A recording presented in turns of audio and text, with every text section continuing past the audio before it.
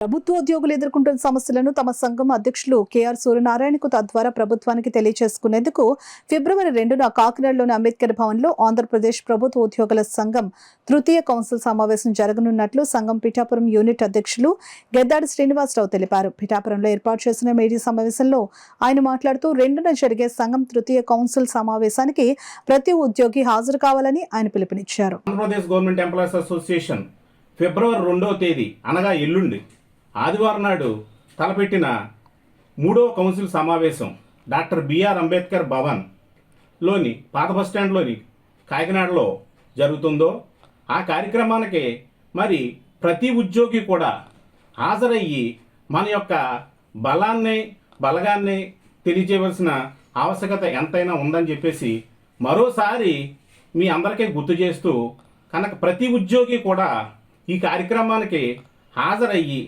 వారి యొక్క సమస్యలను మరి మన అధ్యక్షులు కెఆర్ సూర్యనారాయణ గారి ద్వారా ప్రభుత్వానికి తెలియజేయవలసిన ఆవశ్యకత ఎంతైనా ఉందని మరోసారి నేను మీ అందరికీ విజ్ఞప్తి చేస్తున్నాను.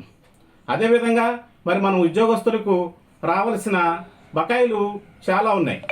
అది డిఐ అయితేనేమి, ఐఆర్ అయితేనేమి, పిఆర్సీ అయితేనేమి, మరి ఏపీజీఎల్ఏలు, జీపీఎఫ్లో ఇలాగ చాలా రకాల సమస్యలతో చాలామంది ఉద్యోగస్తులు బాధపడుతున్నారు.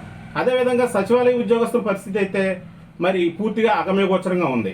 కనుక ప్రతి ఉద్యోగి కూడా ప్రతి సమస్యను కూడా మన కెఆర్ సూర్యనారాయణ గారి దృష్టికి తీసుకెళ్ళగలిగితే ఆయన మరి ఈ సమస్యలన్నింటి మీద కూడా ప్రభుత్వానికి సానుకూలమైన రీతిలో తెలియజెప్పి మన సమస్యలకు పరిష్కారం వచ్చే విధానం ఉంది. కాబట్టి ప్రతి ఉద్యోగి కూడా 2వ తారీఖు అనగా ఎల్లుండి ఆదివారం పాత బస్టాండ్లోని బిఆర్ అంబేద్కర్ భవన్లో ఈ సభకు హాజరయ్యి మరి తమ మద్దతును తెలియజేసి తమ సమస్యల పరిష్కారం పొందుతారని తెలియజేస్తున్నారు.